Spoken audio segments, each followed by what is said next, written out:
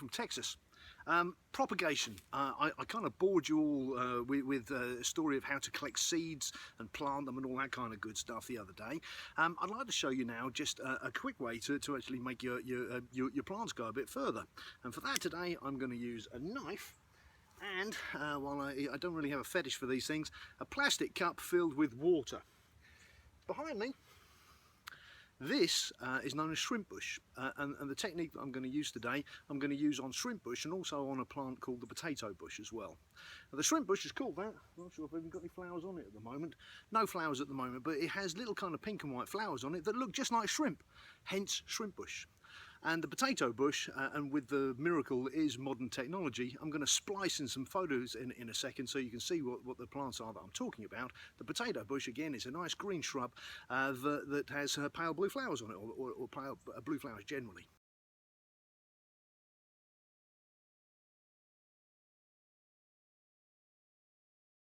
So, watch carefully with my knife.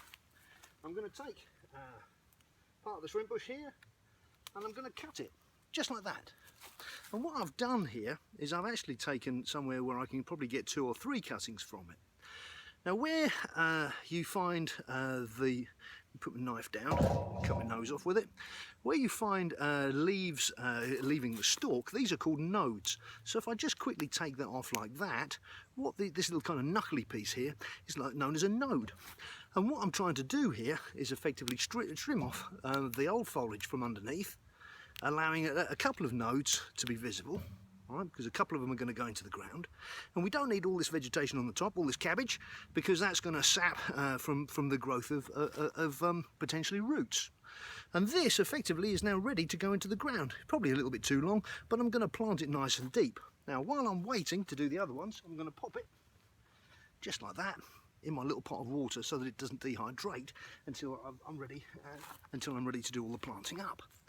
So what I'm going to do, it's not exactly a spectator sport, but using my little knife I'm going to like Zorro all the way around the place, cut a load of cuttings both of the potato bush and of the shrimp bush, which is this, and then show you some pictures and then show you what I'm going to do with them in pots.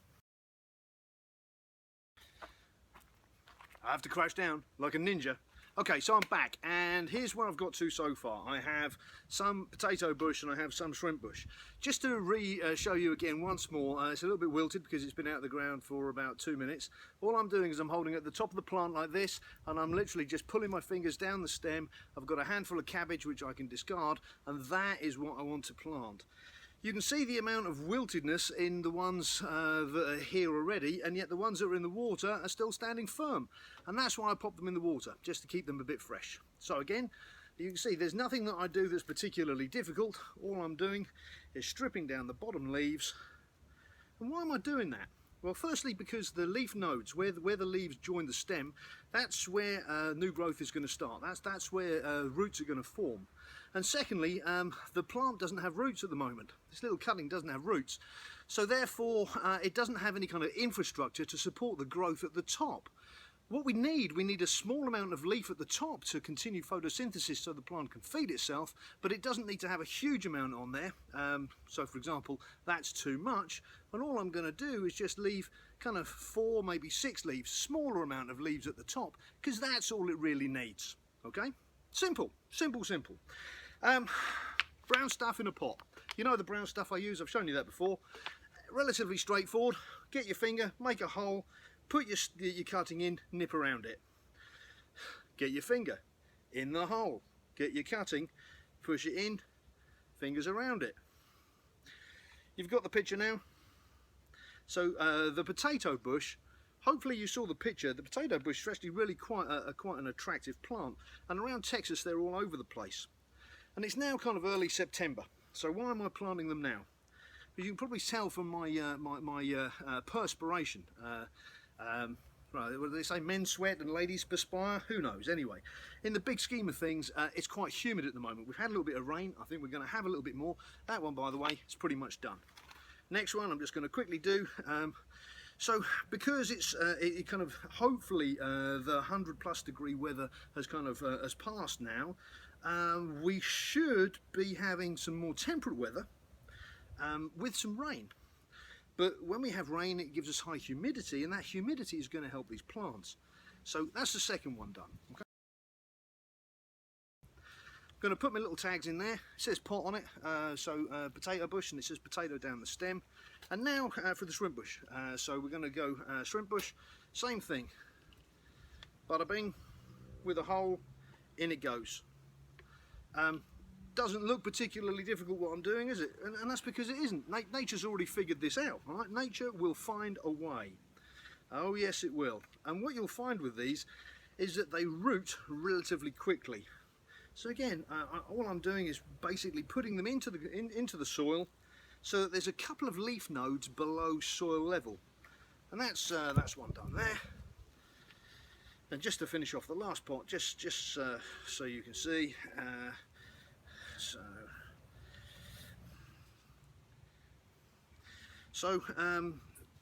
Success rate with these plants, what can you realistically expect? Well, was it Jack Nicklaus said that he always missed 100% of the shots he didn't take? So if you take kind of 20 cuttings, can you expect to get 10 plants from it? Well, my thought would be that you'd probably get more like 15, if not 20. These things do propagate relatively easily. But you know what? If you take 10 cuttings and you only get one plant, well, that's one more plant than you had before you started. Plus, you've had an opportunity to be outside in Texas, having a bit of fun, getting your fingers dirty. So that's me having done that. So my shrimp bushes. So I've got shrimp bush tags. Goes in those, so I know which way round they are. So I've got shrimp bushes and potato bushes, and what I'm going to do now is use a little bit of water just to water them in, and let's guess what I'm going to do. Nothing at all, because nature will find a way. There used to be a fella called Maslow. He invented a thing called Maslow's hierarchy of needs, and he said the desire to reproduce was one of our kind of most fundamental and strongest driving motivations. And it's true in the animal kingdom, and it's true in the plant kingdom as well. So nature finds a way, and if you follow these steps, you're going to find that the propagation is going to take place pretty quickly. So you know what you're looking for. These are shrimp bush. Here they are, yes they are, and these were taken earlier this year before the hot weather. Potato bush, that's the potato bush, and you can see it's already, you know, again, these plants are less than 6 months old, and they're probably ready to go in the ground. These ones, September, right, so we've got probably 6 weeks where these plants are going to start to take root and start to grow, and then we're going to have autumn and maybe a little bit of winter. And the reason I'm doing them now as well is because if we have a hard frost over the winter period here, chances are the top growth of these will be killed off if they're in the garden. But if they're in small pots, I can put them in the shed or put them in the garage, they won't get frozen, and then when spring comes I can put them back in the garden again and have an immediate impact in my little garden here in Texas. So, take a breath, because I breathe through my ears, you know that. What else can you use this kind of propagation technique on? Red tip fontina, and this is one that I took from a cutting, no kidding. Oleander, same thing, and this is one that I took from a cutting. So you're going to find that there's a whole load of different kind of plants and shrubs that you can take cuttings of relatively easy. And if you're patient, and you have to be patient if you're a gardener, and tenacious, if you're patient and tenacious, you're going to end up with a load of green stuff that's not going to cost you a great deal of money. Hope you've enjoyed that. I've enjoyed doing it because, hey, you know, it's my hobby and my passion as well as my business. My business, though, is Texas Garden, TXGARDEN.com. You can find me on Facebook, you can find me on Twitter, although I tend to be a bit sweary, so watch me on Twitter. Yeah, I'm on social media, and I'm in a neighbourhood near you. I've been spending a lot of time in Seguin, New Braunfels and San Marcos of late. I do lawn mowing, tree work, hedge trimming, and gardening. Thanks for watching. I hope you've had some fun following this. Take me on with this, you know, have a go, take some cuttings and send me some pictures, let me know how they're growing. Have a great weekend.